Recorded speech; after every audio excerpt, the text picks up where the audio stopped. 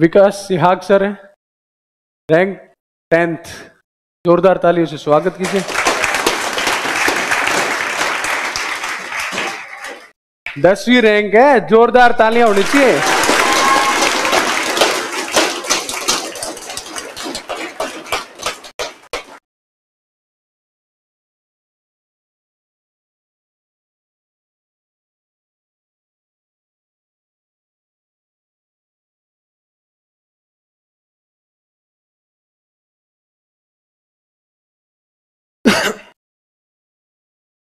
परिचय तो सर ने करवा ही दिया, मैं एक बार और दे देता हूँ। मेरा नाम विकास सियाग है, कोलायत बीकानेर का रहने वाला हूँ। कोलायत आपने सुना होगा, थोड़ा बहुत आपने बेसिक पढ़ ही लिया होगा। और इसमें 10th रैंक आई है मेरी 2023 वाली वैकेंसी में।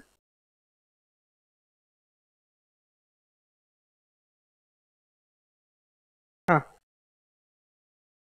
तो स्टार्ट में अपनी जर्नी से कर लेता हूँ कि क्या हुआ।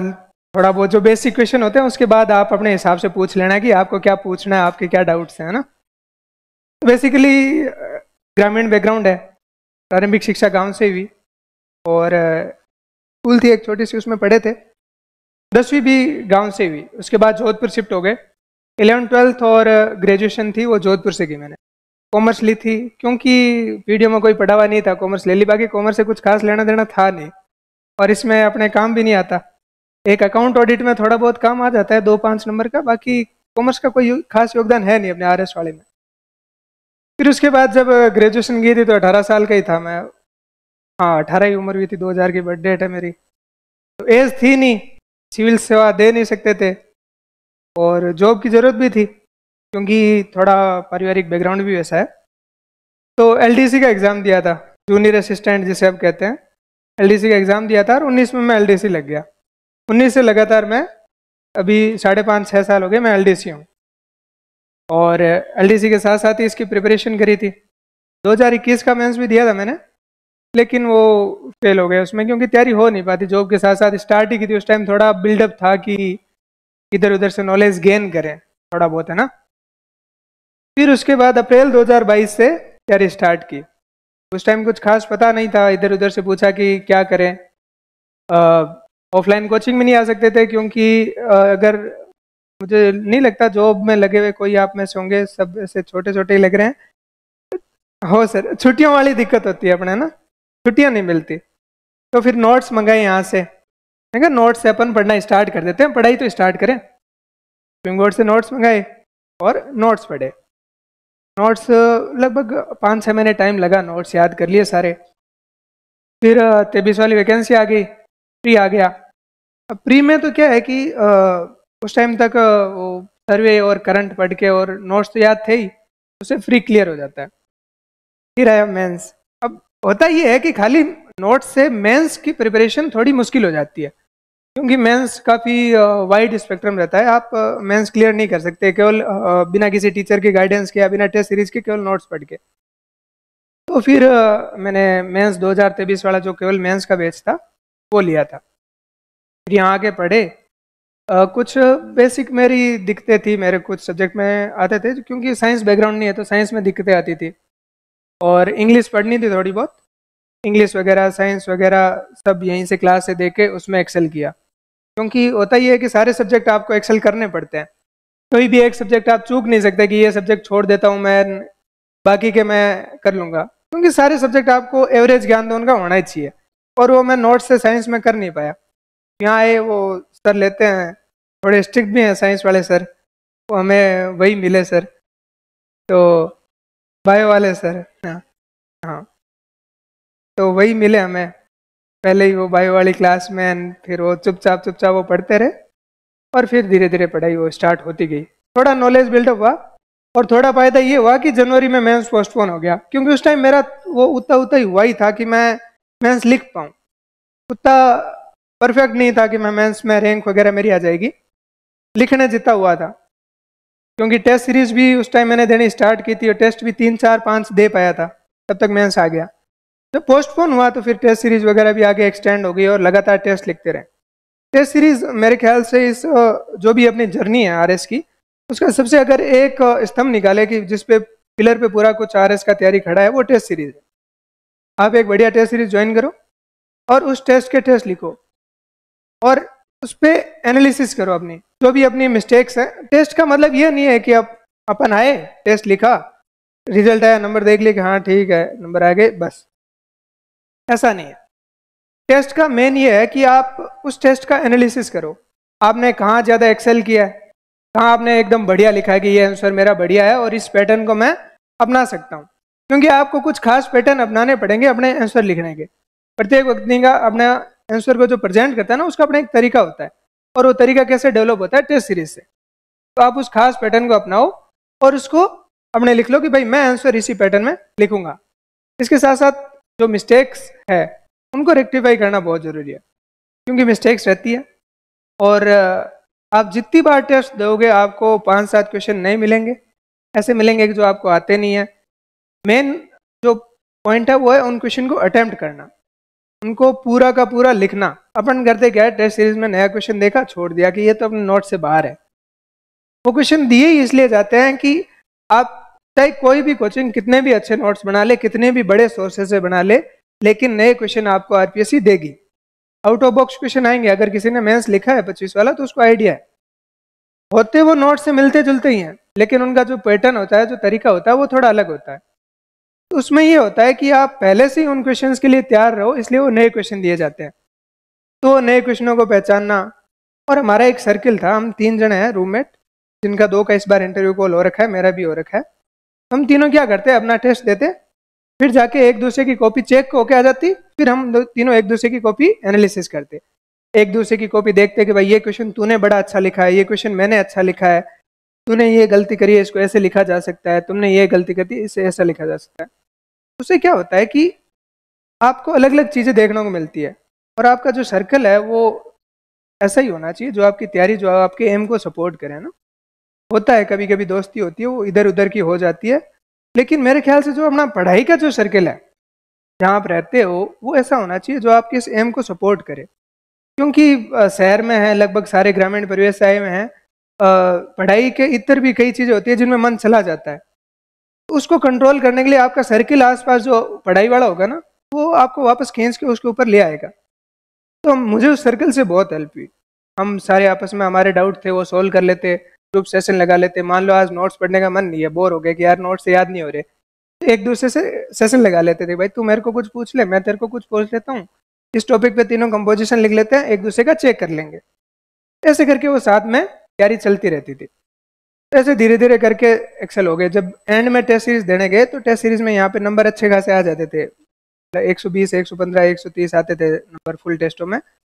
तो मतलब ये था कि जब इधर उधर पूछा, सर से भी थोड़ा पूछा कि सर नंबर कैसे है, तो उन्होंने बोला डिसेंट स्कोर है। मेंस लिखने बैठे, थोड़े बहुत क्वेश्चन थे आउट ऑफ बॉक्स, लेकिन इतनी प्रैक्टिस टेस्टों से हो रखी थी कि अपन आराम से कर सकते हैं। हाँ, बट इस सब का बेस यही है कि आप जो आपको नोट्स दिए जाते हैं उनको सबसे मेन बेसिक चीज़ है उनको आप पूरा याद कर लो। होता है अभी चल रहा है, आपने देखा होगा कि कोचिंग्स वेस्टेज हैं, नोट्स भी ऐसा कुछ खास नहीं है, वैसा वैसा सब सुना होगा, मैंने भी सुना है, मैं भी सोशल मीडिया पे हूँ, आप लोग भी सोशल मीडिया पे सब सुना होगा कि कोचिंग्स किसी काम की नहीं है, नोट्स किसी काम की नहीं है। अगर काम की नहीं होती तो ये चीज़ें अस्तित्व में नहीं आती, बनती क्यों? तो जो नोट्स है वो बेस लाइन है, आपको पूरे नोट्स याद होने चाहिए। नोट्स याद हो गए आपको, आपने उसके आधार पर टेस्ट दे दिए और फिर आपको लग रहा है कि मेरे पास सफिशिएंट टाइम है और अब इसके साथ में मैं कुछ ऐड ऑन कर सकता हूँ, तो उसके बाद में आपको और जो दूसरा जो भी मैटर है आपके पास टाइम है। आप क्योंकि पढ़ने के लिए बहुत चीज़ें हैं, मैंने भी बहुत सारी किताबें पढ़ी है, क्योंकि पढ़ाई कभी खत्म तो होगी नहीं, और भी चीज़ें तो आप उनको ऐड ऑन कर सकते हो, लेकिन आपको नोट्स याद होने चाहिए। आपकी जो टेस्ट सीरीज है वो दो और उसको बढ़िया तरीके से एकदम रेक्टिफाई करो, उनको पूरा एनालिसिस करके। और इस तरीके से अगर चलते हैं मेरे ख्याल से 1.5 साल का आपका मेहनत है, उसके बाद आराम से चलो। रैंक आना तो बहुत सारे फैक्टर पर निर्भर करता है, आपका इंटरव्यू बोर्ड कैसा है, इंटरव्यू कैसा गया, मेंस का जो एग्जामिनर है वो कैसा रहता है, लेकिन ये श्योरिटी है कि आप एग्जाम क्लियर कर जाओगे और कोई ना कोई पोस्ट निकाल लोगे अगर आप 1.5 साल इस पैटर्न से चलते हो। नोट्स एकदम पूरी तरीके से याद किए, उसके बाद में एक्स्ट्रा जो भी पढ़ना है उसको नोट्स के साथ अलाइन किया और उसके अकॉर्डिंग जब आप बार बार टेस्ट लिखोगे, ये 3 मेन चीज़ है। और उसके बाद आपका जो अगर आप ग्रुप बना सकते हो, आपका स्टडी ग्रुप, ऐसा नहीं कि 10-12 जने बैठ जाए, 3-4 जनों का ग्रुप इनफ है ना, ऐसे पूरा हॉल ही भर जाए कि अपन सारे ही ग्रुप डिस्कशन करते हैं, ऐसे तो फिर नहीं होगा। 3-4 जनों का ग्रुप अगर बने तो बेहतर है, मतलब सफिशियंट रहता है अगर तीनों एक ही एम के हो। बाकी मेरे पास जो मैं बता सकता था यही है। आपको किसी को कुछ पूछना है, किसी का कुछ डाउट हो, किसी को कुछ सजेशन हो, तो वो एक एक करके आप पूछ सकते। पूछोगे कैसे आप, खड़े होके?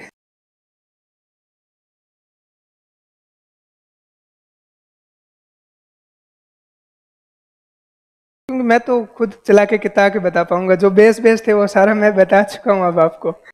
इसके अलावा गुरु मंत्र कुछ है नहीं कि मैं आपको ये मंत्र पढ़ के एग्जाम दे लेना आप हो जाओगे, ऐसा कुछ नहीं है। पूछना है किसी को कुछ?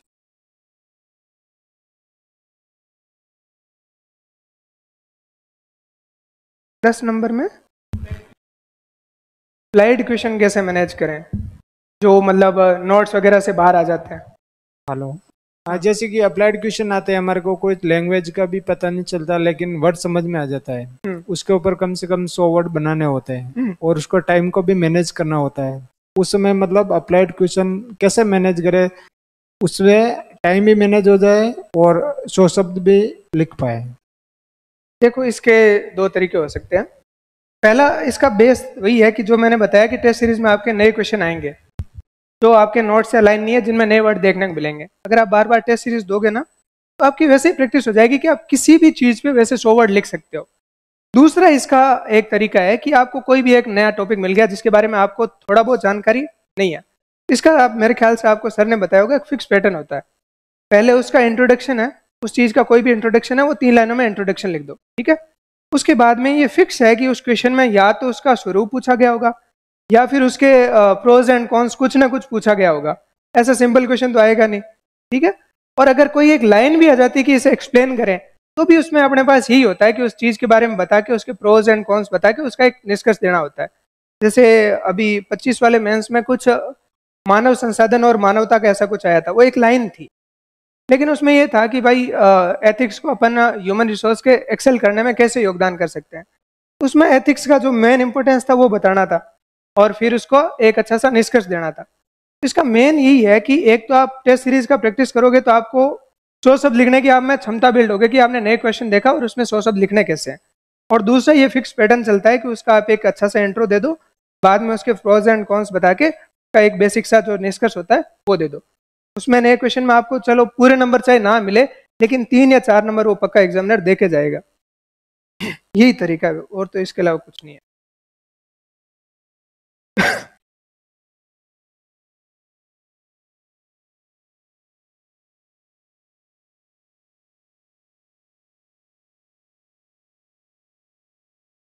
सर, जो ऑब्जेक्टिव पेपर देते हैं ना, तो उसमें नेगेटिव मार्किंग इतनी हो जाती है, ना चाहते हुए भी है ना, वो नेगेटिव होता है। देखो, ऑब्जेक्टिव में ये होता है कि आपकी कैलकुलेशन बड़ी स्ट्रांग होनी चाहिए ना, कि आपको इतना पता होना चाहिए कि मुझे कहाँ तक कट ऑफ पार करनी है। उसमें फिर गेम इतना रहता है कि अपन रिस्क ले नहीं सकते। प्री में तो अपने मिनिमम पासिंग मार्क्स होते हैं, तो अपने को ऐसा कुछ होता नहीं है कि एक बाउंड्री लाइन होती है, उससे ज़्यादा अपने सही हो जाता है तो फिर अपन रिस्क ले सकते हैं। मेरे ख्याल से आप RS प्री की बात कर रहे हैं, इसके अलावा जो ऑब्जेक्टिव होते हैं सभी की, क्योंकि उसमें फिर मैक्सिमम मार्किंग होती है तो फिर आपको अटेम्प्ट भी करने पड़ते हैं। उसमें देखो, मेरे ख्याल से इसका बेसिक यही है कि अगर आप किसी में 50-50 श्योर हो कि भाई मैं 50-50 हूँ, तभी उस क्वेश्चन को अटेम्प्ट किया जाए। आप केवल 25% श्योर है या फिर आप श्योर ही नहीं है, तो उस क्वेश्चन को टच ही मत कीजिए, क्योंकि उन एग्जामों में अपन रिस्क ले नहीं सकते। नेगेटिव मार्किंग में होता है कि उनमें मैक्सिमम मार्क अपने को लाने पड़ते हैं और नेगेटिव मार्किंग फिर काफ़ी ज़्यादा खराब हो जाती है। ये आपका डाउट नहीं है, सारों के साथ, मेरे साथ भी तैयारी करते हैं, उन सबके होता है कि नेगेटिव मार्किंग खा जाती है। तो इसका एक बेसिक सा होता है कि सेल्फ कंट्रोल। आपका 100% वाले पहले राउंड में 100% वाले कर लो, उसके बाद में जो आप 50-50 वाले हैं केवल वही अटेम्प्ट करो, उनमें आप रिस्क ले सकते हो। उसके अलावा आप रिस्क नहीं ले सकते। 75 जिसमें आपको लग रहा है आप केवल 25 श्योर हो, उसमें मेरे ख्याल से आप रिस्क लो ही ना। यही नेगेटिव मार्किंग से बचने का तरीका, और कुछ नहीं, बचा ही नहीं जा सकता। मन करता है कि एक और गोला भर दूं, एक और गोला भर दूं, मन रहता नहीं है।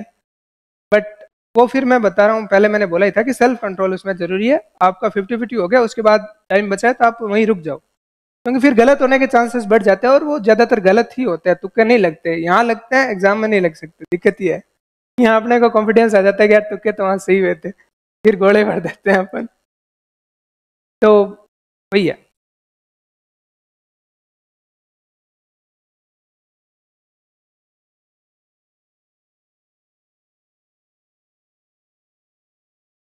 राइटिंग मतलब जो कैलीग्राफी होती है राइटिंग, उसका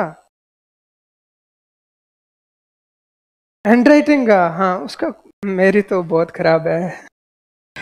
मैं इसमें कोई इम्पेक्ट नहीं पड़ता। जहां तक मैंने टॉपर्स देखे हैं, आपके क्वेश्चन में अगर वेटेज है, आपना जो आंसर है उसमें अगर वेटेज है, आपने बढ़िया तरीके से आंसर प्रेजेंट किया है और इस आंसर में फैक्ट प्लस एनालिसिस का मिक्सचर है, तो मेरे ख्याल से राइटिंग इतना बड़ा कोई इशू नहीं है। हाँ अगर आप सुधार सकते हो, मेरे ख्याल से आप टेस्ट लिखोगे तो आपकी राइटिंग ऐसी हो जाएगी कि आप आराम से वो पढ़ सके, खराब राइटिंग रहेगी नहीं कि उसको देखते कि यार ये क्या लिख दिया। ऐसी राइटिंग रहती नहीं है टेस्ट लिखने के बाद, प्रैक्टिस से हो जाता है। और बहुत ही सुंदर लिखने की आवश्यकता नहीं है कि अपन उसको पूरा कॉपी को सजा ही दे के सजा दी मैंने, कॉपी फूट रही तो लगी रही है, वैसा कुछ नहीं है। आपके क्वेश्चन में वेटेज होना चाहिए, जो आपने आंसर लिखा है वो में फैक्ट होने चाहिए, एनालिसिस होना चाहिए, का जो तरीका है वो क्वेश्चन का एक निश्चित पैटर्न के हिसाब से होना चाहिए। बस मेन इंपॉर्टेंट वो है। हैंड राइटिंग अपनी जगह ठीक है, बट उसमें ज़्यादा उसमें हेडेक वाली जरूरत नहीं है कि हैंड राइटिंग बहुत ज़्यादा खराब है। सर 4th ग्रेड में हो रहा है, अच्छे नंबर आ रहे हैं तो घर वाले बोल रहे हैं ले लें या नहीं लें, या कंटिन्यू आ रहे ऐसी करें? नहीं देखो, इसमें जो पर्सनल आपका सिनेरियो है ना वो बहुत इंपॉर्टेंट है। आप किस आर्थिक स्थिति में हो, ये हंसने की बात नहीं है, मैं उस कंडीशन में रहा हुआ हूँ, ये एलडीसी के टाइम मेरे साथ हुआ था। उसमें देखो मेरा ये सजेशन है कि आपकी स्थिति कैसी है, आप आगे पढ़ना घर वालों के बेस पे अफोर्ड कर सकते हो कि नहीं कर सकते। घर वालों आपको पढ़ा सकते हैं, आर्थिक स्थिति अच्छी है, तो फिर मेरे ख्याल से आपको इसमें टाइम देना चाहिए, क्योंकि अगर आप इसमें अगर अच्छे तरीके से प्रिपेयर कर लोगे आपको उससे अच्छी जॉब्स मिल जाएगी, है ना। उसमें रहता ये है कि एक बार जॉब लगने के बाद वापस पढ़ाई से जुड़ना थोड़ा मुश्किल हो जाता है, क्योंकि आदमी में जैसे ही सैलरी आने लगती है तो एक नॉर्मली संतुष्टि का भाव होता है, वो आ जाता है। फिर आदमी ये सोचने लगता है कि यार कौन माथा पड़ी करे, रुपया तो वही है, तो फिर वो भाव बहुत जल्दी आता है। देखो मैं पर्सनल मेरे एक्सपीरियंस से बोल रहा हूँ। हाँ, तो फिर उसको नेग्लेक्ट करने के लिए अगर आपका कंडीशन अच्छा है, आप अफोर्ड कर सकते हो आगे पढ़ाई करना, तो मेरे ख्याल से आपको इसको टाइम देना चाहिए। अगर आपकी ये प्रिपरेशन बहुत अच्छी हो जाती है तो आपका आरएस में ही हो जाएगा। अगर ये नहीं होता है तो इस तैयारी से आपकी अच्छी खासी ए या बी ग्रेड की नौकरियां मिल जाएगी आपको, और वहां आप ऐसे ही फंस जाओगे। अगर बहुत डायर नीड नहीं है तो रहने दो, स्किप कर सकते हो आप 4th ग्रेड। और कोई?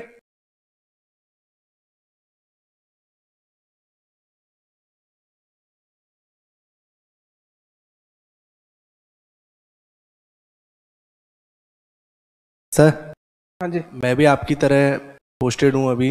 आपने जॉब के साथ कैसे मैनेज किया?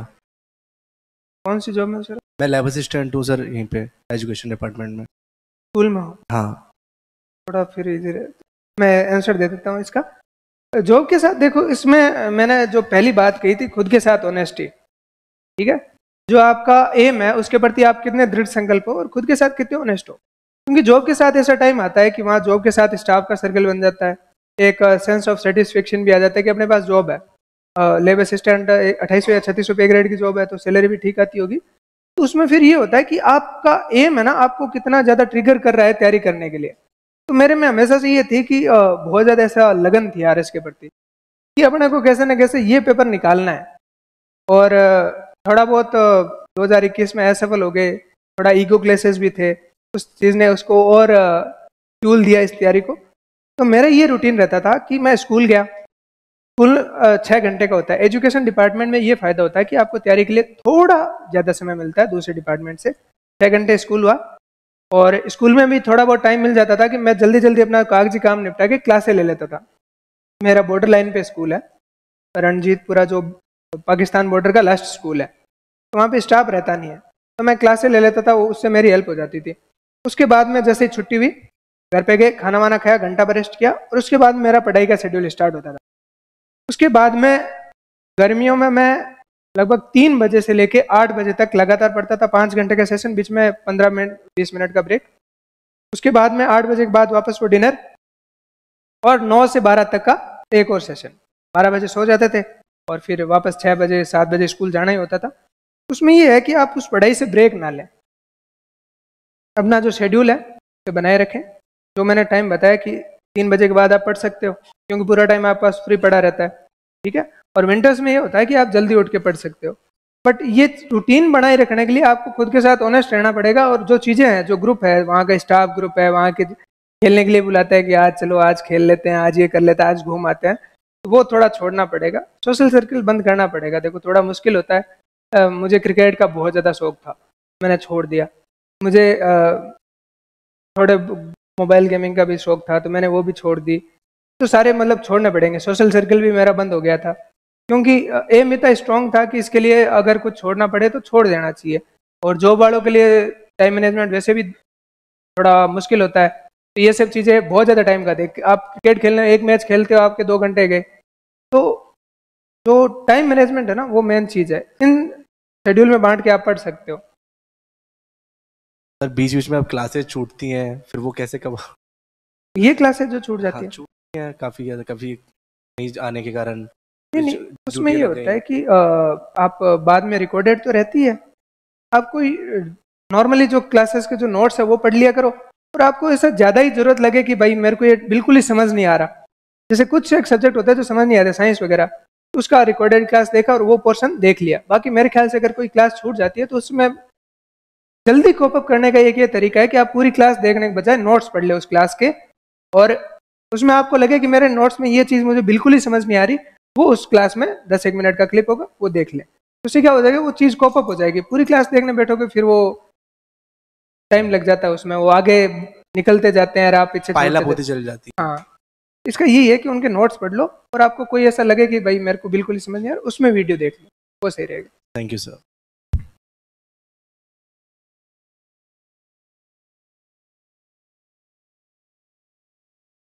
इंटरव्यू में टफ क्वेश्चन इंटरेस्टिंग कुछ नहीं था। मेंबर इंटरेस्टिंग थे, वो पहले मेंबर थे मेरे, प्रोफेसर थे शायद। बाकी तो इंटरव्यू मेरा एजुकेशनल बैकग्राउंड है, जो कॉमर्स उस पे चला था, और जो मैं स्कूल में पढ़ाता हूँ तो शिक्षा पे चला था। और उन्होंने पूछ लिया था, नॉर्मली उनको पता नहीं होता कि आप कहाँ से हो, आपका नाम क्या है। उन्होंने मुझे पूछ लिया था कि आपकी पोस्टिंग कहाँ है, तो मैंने बता दिया अभी बॉर्डर लाइन पे है। तो वो बॉर्डर वाला कुछ क्वेश्चन था। पहले मेंबर ऐसे थे, उन्होंने ठान रखा था कि मैं इसकी बात मानूंगा नहीं। मतलब उन्होंने मुझे जाते ही पूछा कि जियो पॉलिटिक्स क्या होती है, तो मैंने उनकी जो सिंपल जियो पॉलिटिक्स अपने को पता है बता दी। उन्होंने बोला कि मुझे कोई राजनीतिक विचारक की परिभाषा बताओ। मैंने बोला सर मेरा बैकग्राउंड कॉमर्स रहा है कि मुझे नहीं पता। तो फिर उन्होंने बोला आपको पॉलिटिक्स की नॉलेज ही नहीं है, आप क्या, आपको तो पॉलिटिक्स के साथ काम भी करना है, ये नॉलेज तो होनी चाहिए। तो फिर मैंने सॉरी बोल दिया, मैंने कहा सर मैं इसके बारे में पढ़ूंगा।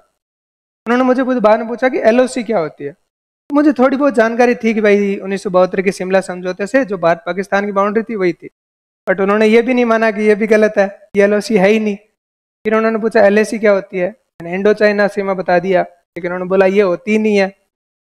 फिर मैं वापस वो सॉरी बोलता गया। मेरे पहले 5 क्वेश्चन में मैंने 5 में ही सॉरी ही बोला, क्योंकि मैं जो भी बताऊं मेंबर्स ने ठान रखा था कि मैं इसका मानूंगा तो नहीं, कि आपको आता ही नहीं है, आप क्या SDM मानोगे, बॉर्डर लाइन पे बैठे हो, आपको LOC नहीं पता, आपको LAC नहीं पता। जबकि जितना मैंने पढ़ा था LOC LAC यही है, इसके अलावा कुछ पढ़ा भी नहीं था मैंने। तो फिर मैं सॉरी बोलता गया और बोलता गया कि आगे पढ़ूंगा आगे पढ़ूंगा। फिर उन्होंने कुछ सोशल मीडिया का पूछा था, एडमिनिस्ट्रेशन में क्या यूज़ होता है, क्या दुरुपयोग होते हैं, वो भी मैंने बताया। मैंने 7-8 को यूज़ बताए थे और 4-5 को डिसएडवांटेज बताए थे। तो फिर वो पूछते गए और बताओ, मैं एक दो और बताता गया। चौथी बार मैंने बोल दिया इतना ही पता है। फिर और भड़क गए, इतना ही कैसे पता है यार, सोशल मीडिया तो आज का ज़माना है, प्रशासन को आप सोशल मीडिया से जोड़ ही नहीं पाओगे यार, क्या SDM बनोगे। वो मेरे बहुत मतलब उन्होंने डीमोटिवेट किया। मैं जैसे तैसे सॉरी बोल के मैंने कहा सर पढ़ूंगा, पहले मेंबर से मैं निकल गया। फिर मंजू मैडम थे मेरा बोर्ड, और फिर जब उनकी बारी आई तो मंजू मैडम ने 30 सेकंड का एक ब्रेक लिया था, वो कुछ नोट डाउन कर रहे थे। उसमें मेरे को ब्रीदर मिल गया, उतने में मैंने खुद को संभाल लिया, क्योंकि जब पहले ही आप 5 बार सॉरी बोल चुके हो तो आप बहुत ज़्यादा दबाव में होते हो। पर बाकी मैंने जब बाद में इधर उधर पता किया तो मुझे पता चला कि मेरे आंसर गलत नहीं थे। वो इसीलिए था कि वो दबाव में लाना चाहते थे मुझे, कि दबाव में बिखरते तो नहीं है, एग्रेसिव तो नहीं होते, या फिर आगे जो क्वेश्चन पूछे जाएंगे उनमें दबाव में ना आए। बट जो 30 सेकंड का उन्होंने ब्रेक लिया, कुछ नोट डाउन करे थे, उसमें मैंने खुद को संभाल लिया। फिर जो तीनों मेंबर्स का इंटरव्यू चला वो मेरे बैकग्राउंड के अकॉर्डिंग ही था, वो टॉपिक भी मैंने पढ़ रखे थे, कुछ तैयार भी कर रखे थे, तो उसके अकॉर्डिंग वो फिर मेरे जो मैं पूछवाना चाहता था उन्होंने वही पूछा, और 3 मेंबर काफ़ी अच्छे से, out of the box question कुछ थे नहीं, बट ये था कि वो एक मेंबर माने ही नहीं, साथ के साथ क्वेश्चन वो अड़े ही रही कि नहीं मान रहा मैं जाता। मैंने कोशिश भी की कि मैं उनको मना लूँ, मेरे कॉमर्स में पूछवा लूँ कुछ कि मैं कॉमर्स का हूँ, कॉमर्स, उन्होंने मेरे जैसे बहुत देखे थे, नहीं माने। इस पे क्या रहेगा?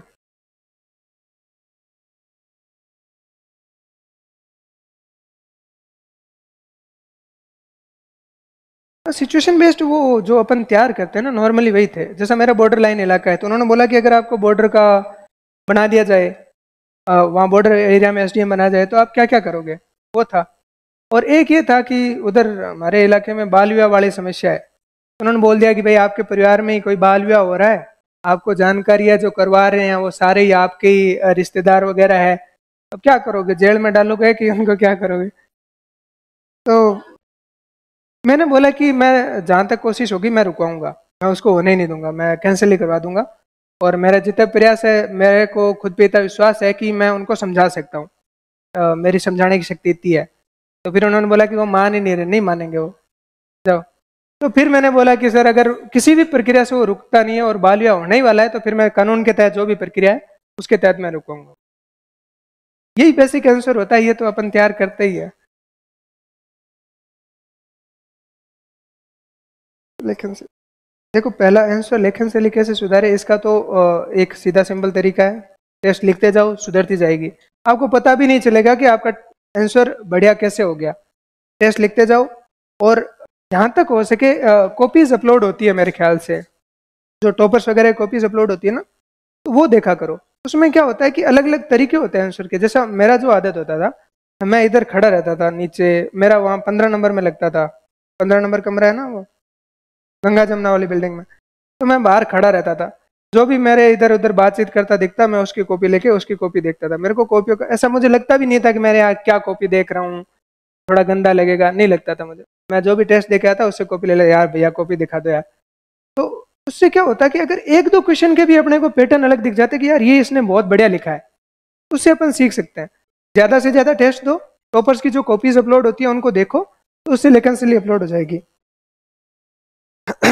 आयाम जो है, आयाम बहुत चीज़ों पे डिपेंड करते हैं। एक आपकी प्रैक्टिस है और दूसरा आपका मैटर है। जो आपने नोट्स पढ़े हैं, नोट्स के अलावा अगर आपने नोट्स पूरे याद कर लिए, उसके अलावा अगर आप बुक्स पढ़ सकते हो, कुछ भी जो ऑथेंटिक बुक्स होती है राइटर्स की, अगर वो बुक्स पढ़ सकते हो तो उससे क्या होता है कि आपके पास मैटर थोड़ा ज़्यादा हो जाता है। आप इस चीज़ में थोड़ा और खींच सकते हो उस चीज़ को थोड़ा बहुत और मैटर दे सकते हो। लेकिन नॉर्मली ये होता है कि नोट्स भी याद नहीं हो पाते। ये तब की बात है किताब वाली, जब आपने नोट्स पूरे याद कर लिए, आपके नोट्स से बाहर कुछ नहीं जा रहा, आपको नोट्स एकदम सही तरीके से लिख पा रहे हो। उसके बाद में जो भी कुछ ऑथेंटिक बुक्स है, ठीक है, उनको नोट्स के साथ अलाइन कर लो। जितना ज़्यादा मैटर होगा उतने ज़्यादा आयाम आप लिख पाओगे। इसमें मैटर का है, आप नोट्स पढ़ लिया, नोट्स के साथ आप कितनी चीज़ें और याद कर पा रहे हो उस पर है सारा। ये पढ़ा था कि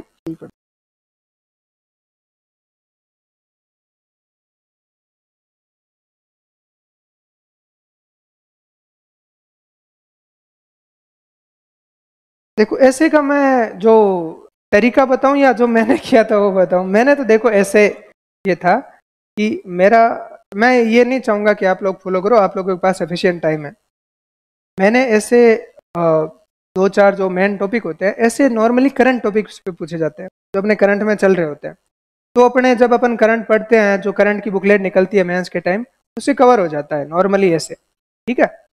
और मेरा ये था कि मैंने ऐसे पढ़े नहीं, ठीक है। मुझे ऐसा था कि मेरी आंसर राइटिंग और मेरे पास इतना मैटर था, मैंने इतनी पहले से बुक्स पढ़ रखी थी, मुझे पूरे नोट्स याद थे, तो मैंने पढ़े ही नहीं ऐसे। मैंने कहा अपन इतना अच्छा लिख सकते हैं, 3-3.5 पेज में ऐसे ही भर दूंगा तो मेरे 10 या 11 नंबर या 12 नंबर वो मुझे दे देंगे। और अगर मैं 20-22 ऐसे याद करूं और उन्हें बार बार लिखूं, इसमें टाइम जाएगा, और नंबर 12 से 10 से बढ़ के मेरे कितने हो जाएंगे, 13 दे देंगे, 14 दे देंगे, उससे ज़्यादा देते भी नहीं है। पद्मा मैम के साथ 14 दिए मैं, उनसे ज़्यादा ब्रिलियंट हिंदी में अपन हो नहीं सकते, क्योंकि मैं तो नहीं हो सकता। तो उसमें यह है कि अगर आप पास टाइम है तो आप बार बार प्रैक्टिस करें। जो भी करंट के टॉपिक है, नॉर्मली ये देखा जाता है कि करंट के जो टॉपिक है उनसे ऐसे आते हैं, तो करंट के टॉपिक को आप माइंड में रखोगे तो आप पास वैसे भी मैटर रहेगा, ठीक है। उनको लिखते जाएं और प्रैक्टिस करते रहे, अगर आप पास सफिशिएंट टाइम है तो उसको प्रैक्टिस करते रहे और ज़्यादा से ज़्यादा पेज भरने का ट्राई करें कि 3 आप पेज भर रहे हैं प्रत्येक हिस्से में। आलस ना करें कि यार ठीक है लिख लेंगे, बाद में लिख लेंगे, 3 साढ़े 3 पेज भरे उसके, क्योंकि जितने ज़्यादा पेज भरे होंगे, मान लो अगर आपको कुछ ऐसे के बारे में कुछ आता ही नहीं है, मान लो आप ऐसे ऐसा आ गया, तीनों ही ऐसे आगे जो आपको नहीं आते, लेकिन आपने अगर 3 पेज भरे होंगे तो उसका ये रहेगा कि प्रत्येक पेज में 1 या सवा 1 या 1.5 नंबर वो देंगे आपको, उससे रिलेटेड उसके आसपास घुमा के आपने कुछ लिखा होगा, तो इसके लिए वो राइटिंग प्रैक्टिस है वो बहुत ज़रूरी है। और मेरे ख्याल से आप पास सफिशिएंट टाइम है तो आप टॉपिक वाइज उसकी प्रैक्टिस भी कर सकते हो। अगला क्या है?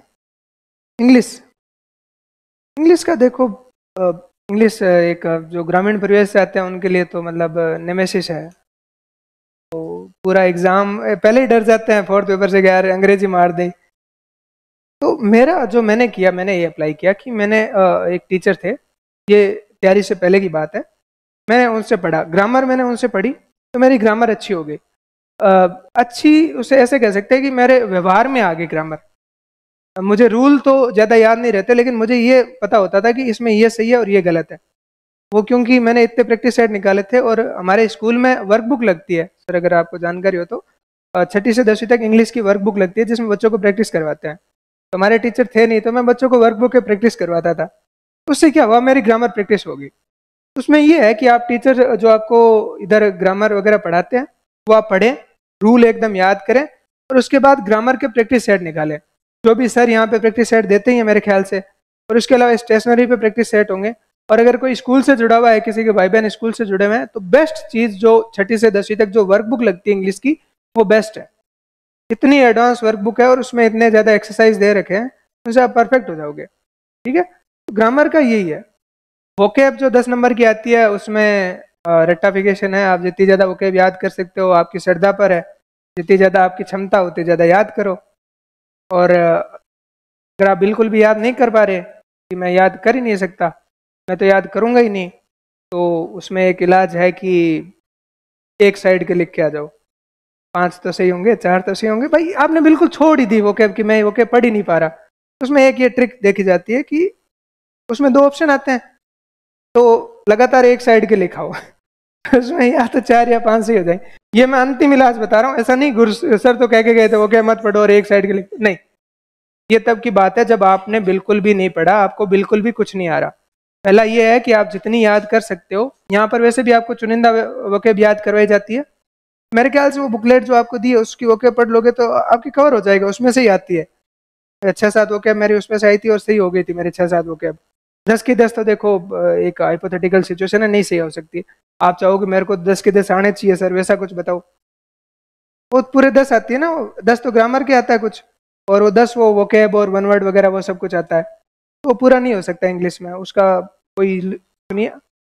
आप जितना ज़्यादा याद कर सकते हो उतना ज़्यादा याद करो, वोकेब का यही है। उसके बाद आता है कंपोजिशन। अगर आप इंग्लिश में बिल्कुल ही बेस है आपका कि मेरे को इंग्लिश का कुछ नहीं पता, सेंटेंस फॉर्मेटिंग से स्टार्ट करो, सेंटेंस बढ़ाना सीखो। पहले आसान सेंटेंस बढ़ाओ, फिर थोड़े जटिल सेंटेंस बढ़ाओ, और फिर धीरे धीरे कंपोजिशन की 2 लाइनें लिखो, 4 लाइनें लिखो, 8 लाइनें लिखो। देखो सब प्रैक्टिस की चीज़ है, धीरे धीरे जैसे आप लिखते जाओगे ना वो चीज़ आपके आ जाएगी, उसमें प्रैक्टिस में आ जाएगी। जैसे हमारे टाइम में आशीष सर पढ़ाते थे हमारे यहाँ इंग्लिश, अब तो पढ़ाते हैं मुझे आइडिया नहीं है, हाँ आशीष सर नाम था शायद उनका। तो वो हमें मेंस वाले बैच में, मेंस 2023 बैच था उसमें वो थे, तो वो हमें टॉपिक दिया करते थे कि इन टॉपिक पे आप तैयार कर लेना। तो हम क्या करते थे, उन टॉपिक्स को घर पे लिखते थे और उनको आगे चेक करवा देते थे। तो सबसे बेस्ट तरीका है कि आप उन चीज़ों को, कंपोजिशन को लिखो, एक टॉपिक उठाओ और उस पर लिखते जाओ जो भी आपको लिखना है, जिस टॉपिक पे। मेनली इसमें भी करंट के टॉपिक ही रहते हैं, जैसे हमारे एआई और सोशल मीडिया था 2023 वाले में, एक में एआई पूछा था और एक में सोशल मीडिया पूछा था। एआई भी उस टाइम चल रहा था और सोशल मीडिया भी चल रहा था। और कंपोजिशन में अगर आपकी याद करने की क्षमता सही है तो चैट जीपीटी बेस्ट है। मेरा ये था कि मैंने लगभग 15 या 16 कंपोजिशन इंग्लिश के और 8 से 10 जो उसके बाद जो इलेबरेशन आती है वो चैट जीपीटी से मैंने लिखे थे। और उनको 2-2 बार मैंने पढ़ा था। और किस्मत मान लो AI मैंने लिख रखा था, मेरे को कोई दिक्कत नहीं है, मैंने शुरू से लेके एंड तक 2 पेज भर दिए क्योंकि पहले के लिखा हुआ था, 2 बार पढ़ा हुआ था, टाइम भी बचा, ChatGPT की वर्डिंग भी ठीक थी, तो वो हो गया। तो अगर आप पास टाइम है तो आप टॉपिक्स उठाओ, उनको ChatGPT को दो और वो आपको लिख के दे देगी और उसे आप याद कर सकते हो। और उसको लिखने की प्रैक्टिस करो जितना लिख सकते हो, ठीक है। सेंटेंस फॉर्मेटिंग करो, पहले 1 लाइन लिखी, फिर 2 लाइन लिखी, 4 लाइन लिखी, इसे इंग्लिश लिखनी आ जाएगी। मान लो कोई ऐसा ही टॉपिक आ गया जो आपको पता ही नहीं है, लेकिन हिंदी में तो उसका कुछ अंदाजा है, फिर हिंदी को इंग्लिश में ट्रांसलेट करके लिखते रहो, वही है। तो उसमें सेंटेंस फॉर्मेटिंग से स्टार्ट करना पड़ेगा आपको। और कुछ नोट्स को कैसे पढ़े ये मतलब नहीं समझा मैं, मतलब किस तरीके से पढ़ना है, किस तरीके से वापस उसको याद करना है, ऐसा कुछ है ना। हाँ, चीज़ें याद नहीं रहती, हाँ होता है, ये भूल जाते हैं। अब इसका एक तरीका फर्स्ट रिवीजन है, जैसा मेरा तो ये था कि हर 15 या 20 दिन में मेरा सब्जेक्ट वापस आ जाता था, मैं इतना तेज पढ़ता था।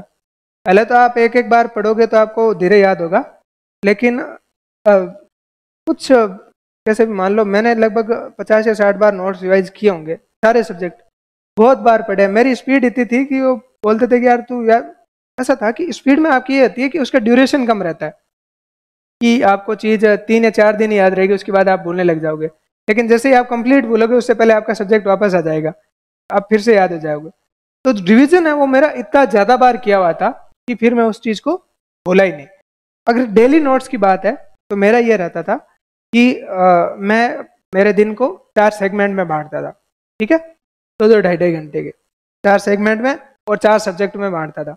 3 सब्जेक्ट जो जीके जीएस के हैं और एक जो सेगमेंट होता था वो मेरी लैंग्वेज के लिए रहता था, ठीक है। एक में मैंने लैंग्वेज प्रिपेयर की और बाकी 3 दिन में हो। फिर एंड में इवनिंग में मैं उन चीज़ों को समराइज करता था कि मैंने आज क्या पढ़ा, बैठा माइंड में पूरा याद किया, प्रत्येक चीज़ उठाई कि हाँ भाई इस में मैंने ये पढ़ा, इस में ये पढ़ा, इस में ये पढ़ा है।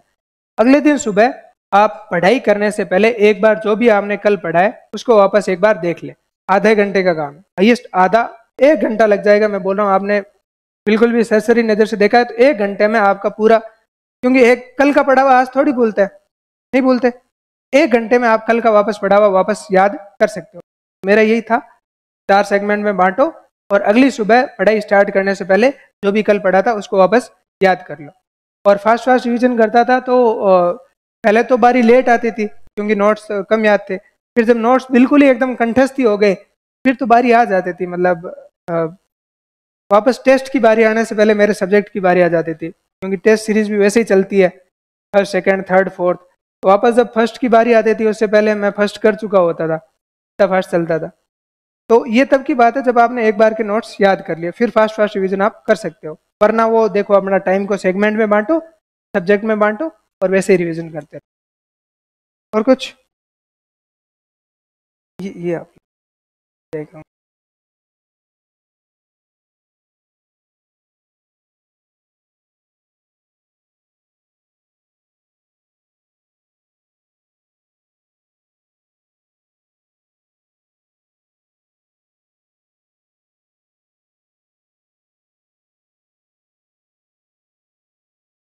ये जो है कि भाई टाइम कम पड़ जाता है लिखते टाइम।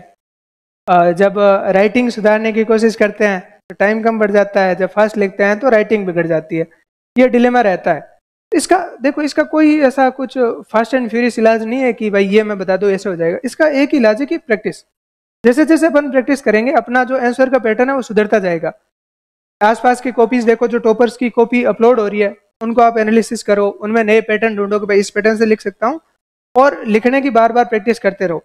जैसे ये सही बात है कि कभी कभी टाइम से ज़्यादा टाइम लग जाता है, मेरे भी लगता था, क्योंकि नॉर्मली जब आप कंपटीशन की तैयारी करते हो तो आप लिखने वाले कंपटीशन की तैयारी नहीं करते, तो लिखने की प्रैक्टिस होती नहीं है। तो शुरू शुरू में ऐसा नहीं होता था, टाइम कम पड़ता था, होते भी नहीं थे, टेस्ट सीरीज में नंबर भी नहीं आते थे। 47-48 नंबर आए हैं मेरे दोस्तों में से स्टार्टिंग के टेस्ट में, क्योंकि कुछ याद नहीं थे, कुछ प्रैक्टिस नहीं थी, कुछ पेपर छूट जाते थे। तो ऐसा होता है, सबके साथ होता है। इसका बेसिक यही फंडा है कि आप बार बार टेस्ट दो, जितने से ज़्यादा टेस्ट दे सकते हो उतने ज़्यादा टेस्ट दो, और जो कॉपीज है उनमें पैटर्न देख लो कि भाई मैं इस तरीके से आंसर लिख सकता हूँ। जैसे आपकी हेडलाइन वाली दिक्कत मिट जाएगी कि आप हेडलाइन कैसे लिखोगे, आप आंसर को मैनेज कैसे करोगे। और टाइम वाला जो है, टाइम वाला पूरा का पूरा आपकी प्रैक्टिस पे है, इस पे कोई दूसरा सॉल्यूशन नहीं है कि आप टाइम को कैसे मैनेज करें। आप प्रैक्टिस करते रहो, धीरे धीरे स्पीड बढ़ाओ, क्योंकि इसमें ऐसा ये है कि मैं आपको एक चीज बोल दूं कि आपको जो जो इंपॉर्टेंट लगे वो पहले कर दो, और जो जो आपको इंपॉर्टेंट नहीं लगे उनको छोड़ दो। मेंस में छोड़ने वाला कॉन्सेप्ट है नहीं, आप किसी चीज को छोड़ नहीं सकते। आप सारे के सारे क्वेश्चन अटेम्प्ट,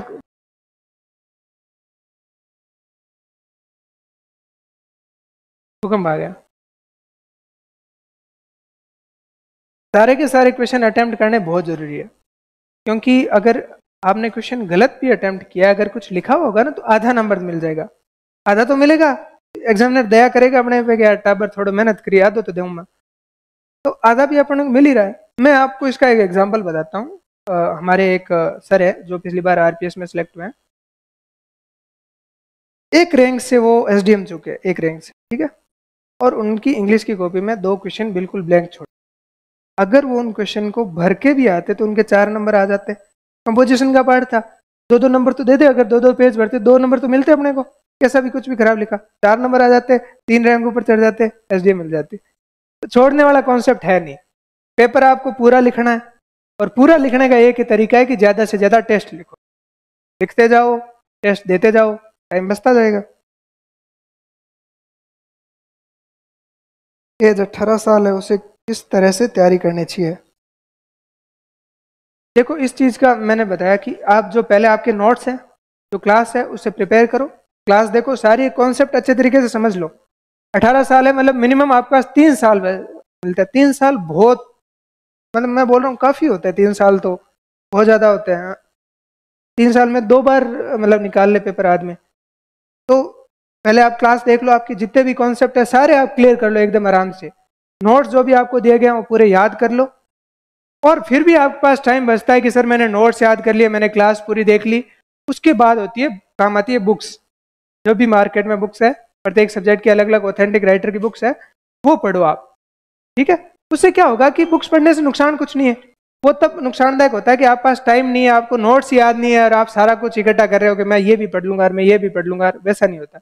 आपके पास टाइम है, आपने नोट्स याद कर लिए, उसके बाद आप बुक्स पढ़ो, उनमें जो भी आपको नया चीज या कॉन्सेप्ट लगता है उनको नोट्स में क्या कर लो, एड ऑन कर लो, ठीक है। नोट्स में एड ऑन करने का एक फायदा ये होता है कि जब आप रिवीजन करोगे कि आपको वापस वो बुक नहीं देखनी पड़ेगी, आप नोट्स से रिवीजन करते जाओगे और आपकी वो चीजें क्या हो जाएगी, अलाइन हो जाएगी, है ना।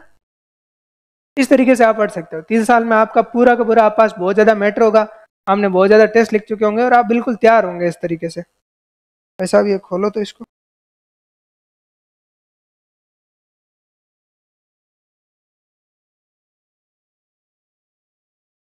क्लास के अलावा कितने घंटे पढ़ते थे? देखो, मैंने मेंस बैच लिया था, और मैंने ऑफलाइन केवल 2 या 3 सब्जेक्ट की क्लास ली थी, साइंस की, इंग्लिश की, और कुछ एक छोटा सब्जेक्ट थे उनकी ली थी। बाकी मैंने सारी क्लासें ऑनलाइन ली थी। उसमें मेरा सिंपल फंडा ये था, मैं पर्सनली बताता हूँ कि मैं नोट्स पढ़ता था, और मुझे डाउट, जहाँ भी डाउट लगता कि ये चीज़ मेरे को समझ नहीं आ रही, या फिर जो चीज़ मैंने पढ़ी नहीं है, तो वहाँ पर मैं क्या करता, वो उसी लाइन की क्लास, वो चीज़ क्लास में देखता और उतनी क्लास देख के उसको वापस बंद कर देता था। क्योंकि हमारी ये था कि मुझे छुट्टी मिली थी नवंबर में, नवंबर फर्स्ट वीक में आया था, और जनवरी में हमारा पेपर था, तो मैं उतना टाइम नहीं दे सकता था कि मैं सारी की सारी क्लासें देख लूँ। मुझे कैसे न करके मेरा टाइम मैनेज करना था, तो मैंने ऐसे ही मैनेज किया कि क्लास को ऑनलाइन देखता था, कुछ क्लासें मैंने ऑफलाइन ली, और ऑफलाइन पूरी लेने के बाद पढ़ता था, और बाकी सब मैंने ऑनलाइन ही पढ़ा। जहाँ मेरे को डाउट लगता क्लास खोली, देखा, बंद कर दिया। बाकी अगर आप फाउंडेशन बैच के हो और क्लास के बाद आप कितनी, फाउंडेशन बैच की क्लास कितने घंटे लगते हैं? 6 घंटे लगती है ना। मान लो आपकी सुबह 7 से 2 बजे तक क्लास है, ठीक है, हाईएस्ट मान लेते हैं 7 से 2 ही होगी, 7 से 1 बजे के बाद पढ़ाई के लिए टाइम है। जो मैंने सर को बताया, 7 से 1 आपकी क्लास है, सर की स्कूल लगती है। तो उसके बाद यही है कि आप घर जाओ, खाना वाना खाओ, रेस्ट करो। आपका रेस्ट जरूरी है, देखो बॉडी को रेस्ट जरूरी है, रेस्ट करो। और उसके बाद में जो भी आपके पास 7 या 8 घंटे का टाइम है, उसको आप 3 हिस्सों में बांट लो, और 3 हिस्सों में पढ़ते रहो। फिर सुबह आपकी क्लास है, वैसे पढ़ते रहो। सर एनसीईआरटी और आरबीएससी की सभी बुक्स पढ़े क्या? देखो मैं इसको पूरी तरीके से डिनाई भी नहीं कर सकता, लेकिन मैं इसका समर्थक हूँ नहीं कि आप सारी की सारी ये नोट्स आप जब आप पढ़ोगे नॉर्मली, अभी ये देखो ये सोशल मीडिया वाला क्वेश्चन है मैं बताऊं, क्योंकि अभी ये खबरें हैं कि ऑथेंटिक बुक्स ही पढ़नी चाहिए एनसीईआरटी और आरबीएससी। आपको क्या लगता है कि ये नोट्स कहाँ से बने होंगे? मन से तो बनाए नहीं होंगे इन्होंने, ये उन्हीं किताबों का निचोड़ है। अब लाइन टू लाइन तो कोई किताब कॉपी नहीं की जा सकती, जो चीजें उनमें इंपॉर्टेंट है वो ऑलरेडी आपके नोट्स में है। आप किसी 2 या 4 नंबर के क्वेश्चन के लिए आप 20 किताबें पढ़ोगे, वो मेरे ख्याल से हेल्पफुल नहीं है आपके। तो ये जो आपको नोट्स दिए गए हैं ये ऑलरेडी एनसीईआरटी और आरबीएससी की किताबों का निचोड़ ही है, ठीक है। मुझे नहीं लगता कि आपको सारी की सारी किताबें वापस पढ़ने की जरूरत है। अगर आपके पास सफिशिएंट टाइम है, मैंने ऑलरेडी बता रखा है कि किसी राइटर की किताब है जो आपको, जब आप स्टेशनरी पे जाओगे तो आपको आराम से पता लग जाएगा कि किसी प्रत्येक सब्जेक्ट में ऑथेंटिक राइटर कौन है, उसकी बुक से आप एड ऑन कर सकते हो जब आपने नोट्स पूरे याद कर लिए। तो नोट्स सारे एनसीईआरटी और आरबीएससी के सारे है। 9:30 से 6 वाले ऑफिस टाइम में कैसे मैनेज करें? देखो सर, इसमें फिर आपको जल्दी उठना पड़ेगा। जैसे सर्दियों में मेरा ये होता था, मैं 5 बजे उठ जाता था, 5 बजे उठ के और फिर पढ़ते थे, क्योंकि 10 बजे स्कूल होती थी और 8 बजे के बाद वहाँ पर जहाँ मेरा स्कूल है वहाँ पर कोई सुविधा नहीं, खाना वाना भी हमें भी बनाना होता था। तो 5 से 8 में पढ़ लेता था, फिर खाना बनाने में वगैरह में टाइम लग के फिर स्कूल चले जाते। स्कूल आने के बाद 4 बजे छुट्टी हुई, आपकी 6 बजे होती है। 6 बजे के बाद आप आओगे और आपका खाना वाना बनाया, थोड़ा रेस्ट किया, और उसके बाद आप कोशिश करो कि आप 8 से या 9 से 12 बजे तक आप एक सेशन निकाल लो 4 घंटे का। 4 घंटे का आप शाम वाला सेशन निकालोगे और 3 घंटे का सुबह वाला सेशन निकालोगे तो आपके टोटल 7 घंटे पढ़ाई हो जाती है। और 7 घंटे की रेगुलर पढ़ाई मोर देन सफिशिएंट है एक जॉब वाले व्यक्ति के लिए। जो नॉर्मल स्टूडेंट है, आप जो यहाँ पढ़ रहे हो, आप तो जितना पढ़ सकते हो उतना पढ़ते रहो, लेकिन जॉब वाले के लिए 7 घंटे मोर देन इनफ। कितने ही हैं?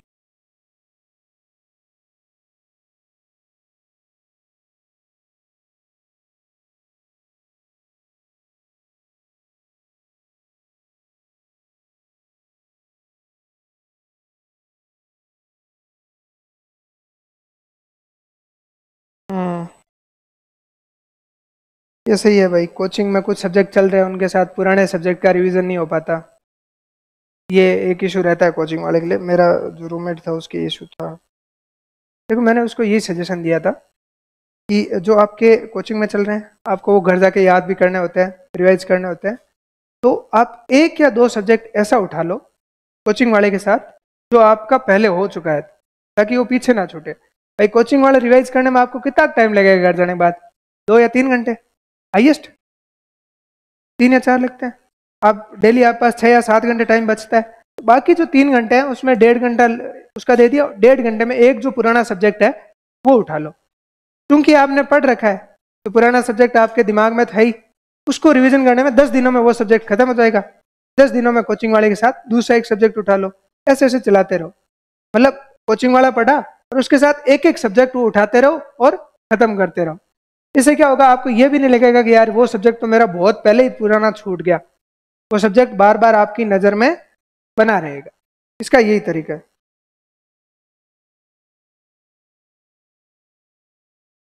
कोचिंग के साथ टाइम मैनेज यही है कि कोचिंग के बाद आपको रेस्ट करने के बाद पढ़ना ही है, ये सही टाइम है।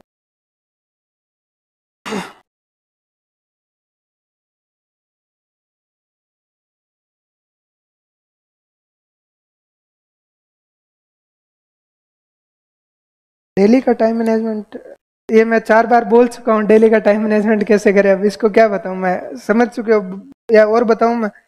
कोचिंग जाने के बाद वैसे ही आपको सेगमेंट में बांट के पढ़ना है। आंसर राइटिंग, देखो आंसर राइटिंग वही है कि आप डेली, अगर आपको ऐसा है कि आप बहुत ज़्यादा ही टाइम दे रहे हो, डेली 2-2, 3-3 घंटे आंसर लिख रहे हो, तो मेरे ख्याल से ये सही नहीं है ना। आप डेली का जो आप रिवीजन करते हो उसको लिख के रिवीजन कर लो, या फिर 1-2 क्वेश्चन है ना वो अटेम्प्ट कर लो, ताकि आपके लिखने की आदत बनी रहे। उसके अलावा मेरे ख्याल से आपके वीकली टेस्ट तो होते ही हैं, होते हैं ना, तो फिर क्या है, 10 दिन में होता है, तो वो राइटिंग प्रैक्टिस होती रहती है। और जब आप मेंस की बारी आएगी ना, तब तक बहुत टेस्ट होंगे आपके, बहुत, और एंड में टेस्ट सीरीज आएगी तो 30-35 टेस्ट उसमें भी होंगे। मेरे ख्याल से जो डेली एक आंसर राइटिंग वाला मिथ है ना कि डेली आप 2-3 घंटे आंसर राइटिंग करो, ये नहीं है, नहीं करनी है अपने। आप डेली एक या दो क्वेश्चन जो आपको लगे, और आपको भाई क्वेश्चन कौन से करूं, तो मेरा ये सजेशन है कि आप यूपीपीसीएस और एमपीपीसीएस के इंटरनेट से क्वेश्चन उठा लें, हिस्ट्री के, एथिक्स के, पबेड के जो उनमें आते हैं, और आरपीएससी लगभग उनसे मिलते जुलते क्वेश्चन पूछेगी। ठीक है, जो नए क्वेश्चन आते हैं ना वो ऑलरेडी किसी अलग रूप में उनमें पूछे हुए होते हैं। आप यूपीपीसीएस और एमपीपीसीएस के जो पुराने क्वेश्चन है उनको उठाओ और उनमें एक दो क्वेश्चन प्रत्येक सब्जेक्ट के अटेम्प्ट कर लिया करो, उतना डेली के लिए उतना इनफ है, और कुछ नहीं करना।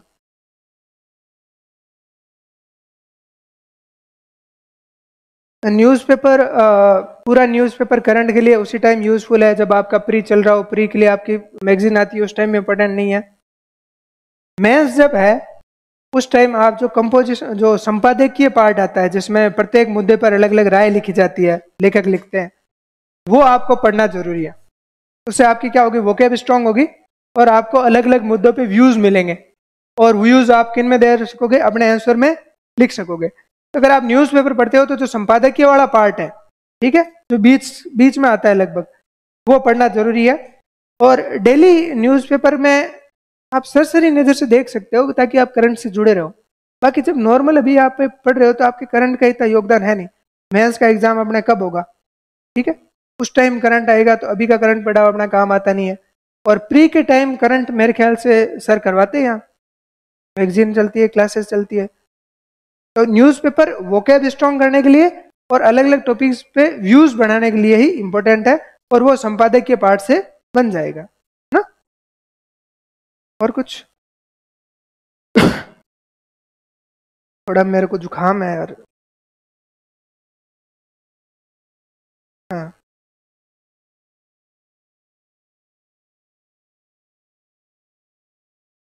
एक क्वेश्चन है कि जो सब्जेक्ट चल रहे हैं उनके अलावा पढ़ने के लिए टाइम ही नहीं बचता, तो मैंने बता दिया कि एक एक सब्जेक्ट उठाते जाओ, पढ़ते जाओ। न्यूज़पेपर डेली नहीं पढ़ा जाता, जरूरी भी नहीं है। कौन सा आपके कल एग्जाम है कि मेरे को करंट से पूरा अपडेट रहना है? जब एग्जाम हो उस टाइम पढ़ना है, और मेरे ख्याल से करंट मैगजीन में इनफ कवर किया जाता है। तो अगर आप मैगजीन याद कर रहे हो तो नहीं पढ़ना, संपादकीय पार्ट पढ़ो और इंग्लिश वाले न्यूज़पेपर पढ़ो ताकि वोकैब स्ट्रॉन्ग हो जाए। उसमें भी जो अलग अलग टॉपिक्स पे जो यूज रखे रहते हैं तो वही पढ़ लो, वो इनफ है।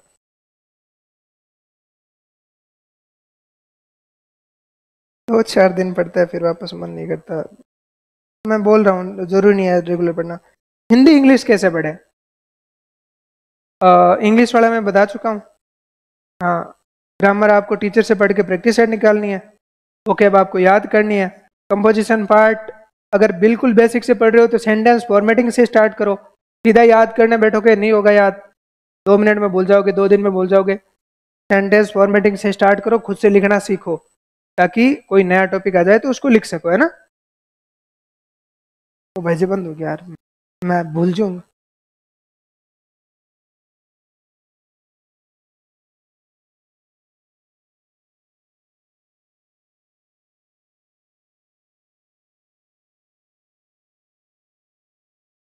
साल की जो तैयारी अभी स्टार्ट करिए, स्टडी का रूटीन क्या रखे? देखो रूटीन मैंने बता दिया, वही रूटीन है। अगर आप फ्री हो, बिल्कुल आपके पास जॉब नहीं है, हमने दिन को 4 पार्ट में बांटे, 3 पार्ट 3 जीके जीएस के लिए रख ले, या फिर तीनों पार्ट में आप एक ही पेपर पढ़ सकते हैं अगर आपको लगता है कि मैं यही पेपर पढ़ूंगा, और एक पार्ट अपना लैंग्वेज के लिए रखें। और मेरा पढ़ाई करने का तरीका ये रहता था कि मैं 1.5-2 घंटे पढ़ता, उसके बाद मेरा 10 या 15 मिनट 10 मिनट का ब्रेक रहता था। उसमें ऐसा नहीं कि आप 10 मिनट फिर रील स्क्रॉल कर लो, नहीं। उसमें होता यह है कि फिर आपका 2 घंटे पढ़ा वो नहीं चलेगा, फिर वो 10 मिनट वाली रील आपके आगे चलेगी। तो मेरा 10 मिनट में ये रहता था कि मैं बाहर निकलता लाइब्रेरी से, और जो भी मेरे दोस्त वगैरह होते हैं उनसे थोड़ी बहुत कुछ बातचीत हो जाती, वापस अंदर चले जाते, दिमाग हल्का हो गया, दिमाग में कुछ इधर उधर की चीजें भी नहीं घुसी, और पढ़ाई से भी एक बार का थोड़ा हट गए। लगातार पढ़ते जाते हैं कि दिमाग की एक लिमिट होती है, उसके बाद दिमाग थक जाता है। आप बैठे किताब पे रहते हो लेकिन आपको याद कुछ भी नहीं होता। तो जरूरी है 1.5 या 2 घंटे के बाद ब्रेक ले लेना चाहिए, 10-12 मिनट का ना। बस इतने ही थे। और कुछ? अच्छा हिंदी, हाँ हिंदी बैठ जाएंगे, इस पे बैठ जाए। अरे इसी पे बैठ जाऊंगा यार, वो घूमेगी बैठ। ठीक है इस पे। हिंदी का देखो, जो हिंदी का वर्तनी वाला पार्ट है और जो ग्रामर वाला पार्ट है, ग्रामर आपको सिखा रखी है सर ने, तो उसके प्रैक्टिस सेट निकालो। साथ में आपको अगर किसी बुक की यूज चाहिए कि सर हमारे पास एग्जाम्पल कम है, तो आप राघव प्रकाश पढ़ सकते हो, सही बुक है। और आप पास मेरे कन तो बोलो ही टाइम है साहब, मेरे कन टाइम ही टाइम है। तो राघव प्रकाश और सोहनदान सारण की एक बुक आती है बोर्ड की, जो 6ठी से 12वीं पहले लगती थी, उनको भी पढ़ लो।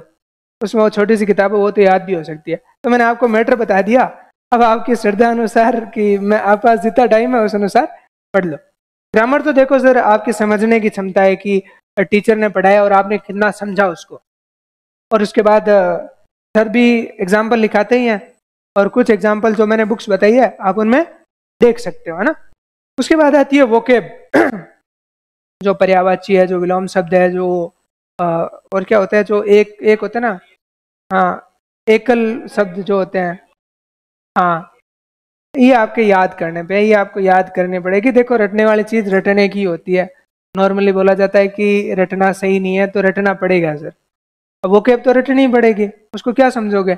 अब किसी का, हाँ, विलोम शब्द है, पर्यायवाची, ये सब याद करने की चीजें हैं। और हिस्ट्री ज्योग्राफी, इनमें भी बहुत सारी चीजें आपको याद ही करनी पड़ेगी, आंख बंद करके रट्टा मारना पड़ेगा आपको, है ना। तो वोकेब याद करने की है। उसके बाद जो कंपोजिशन पार्ट आता है, लेटर्स के, आपको प्रत्येक लेटर के फॉर्मेट याद होने चाहिए। लेटर का फॉर्मेट आपका चूकना नहीं चाहिए। लेटर का जैसे भी फॉर्मेट चूका, नंबर कट जाएंगे। मैटर चाहे लेटर में जो मेन बॉडी होती है ना, उसमें थोड़ा बहुत आप इधर उधर होगे, वो गौर भी नहीं करेगा। लेकिन जो फॉर्मेट है लेटर का, जो आपको लिखा रखा है, उसमें आप इधर से उधर ना हो। तो मेरा आपको ये सजेशन रहेगा कि आपको 2 लेटर आते हैं, उनमें 6-6 नंबर आके आपके 12 नंबर का पोर्शन आराम से हो सकता है। आप क्या करें, उन लेटर्स की प्रैक्टिस करें, ठीक है। आप ज़्यादा नहीं तो प्रत्येक फॉर्मेट के 5-5, 6-6 लेटर तो लिख ही लें प्रत्येक फॉर्मेट पे। मतलब 5-6 अधिसूचना लिख ली अपने हिसाब से, 5-6 निविदा लिख ली, वो परिपत्र हो गए वो लिख लिए। ऐसा करके प्रैक्टिस का खेल है सारा, आप ऐसा लिख लें। बाकी मैं जो आपको बता रहा हूँ, ये आप जब टेस्ट दोगे तो अपने आप हो जाएंगे। ये आपके लगभग 4th पेपर के 20-25 टेस्ट हो जाएंगे अपने आप ही, क्योंकि आप ये फाउंडेशन बेच है। हाँ, तो लगभग 4th पेपर तो चलता ही है साथ में। फिर जब आप मेंस होगा तो उस टाइम पे टेस्ट सीरीज लोगे ना, तो लगभग 7 या 8 टेस्ट उस टाइम हो जाएंगे 4th पेपर के। 7 या 8 टेस्ट में वो प्रैक्टिस तो हो ही जाएगी। ये फॉर्मेटिंग याद करनी जरूरी है। और इलेबोरेशन में ये है कि उसमें ये है कि आपका सोच कितना बड़ा है, आप कितना विस्तृत सोच सकते हैं। ये सारी पर्सनल चीज़ें हैं, इनमें मैं आपको कुछ नहीं सिखा सकता कि किसी का इलेबोरेशन कैसे करना है। ये सब आप जितना पढ़े हैं, आप उनको कैसे यूज़ कर पा रहे हैं अपने मैटर को, ये एक पर्सनल चीज़ है कि आप में क्षमता कितनी है उस मैटर को अलग अलग आयामों में लिखने की, वही है। बाकी ऐसे प्रैक्टिस का खेल है। और इसके अलावा क्या आता है हिंदी में, ऐसे लेटर, इलेबोरेशन और ट्रांसलेशन आता है। वो देखो मैंने बता ही दिया आपको कि सेंटेंस टू सेंटेंस स्टार्ट करो, और धीरे धीरे जब आपको हिंदी इंग्लिश सेंटेंस फॉर्मेटिंग आ जाएगी, ट्रांसलेशन भी थोड़ा बहुत आ ही जाएगा। और कुछ